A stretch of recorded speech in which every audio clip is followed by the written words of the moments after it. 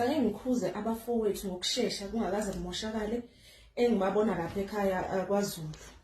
Bebhizi behla benyuka nalesihlahla bathi umdolofiya.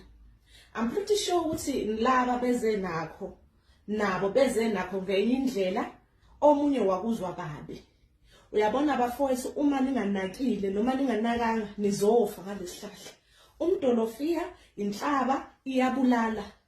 Umuntu eza nakho ukuthi ke kwamele kuphuzwe ukuze mhlambe uvuse imizwa yakho.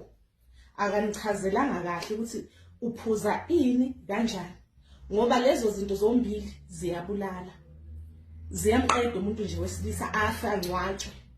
So ngizothi kini bafethu hlukanani nomdolofiya, mina ngikhuluma nani njengodokotela. Uyabona manje ever since uqale lento yomdolofiya this in 2 weeks to 3 weeks lapha esibhedlela sethu la sesi receive more than 60 izidumbu zabantu abafile bebulawa yiwona lowo mdolofiya.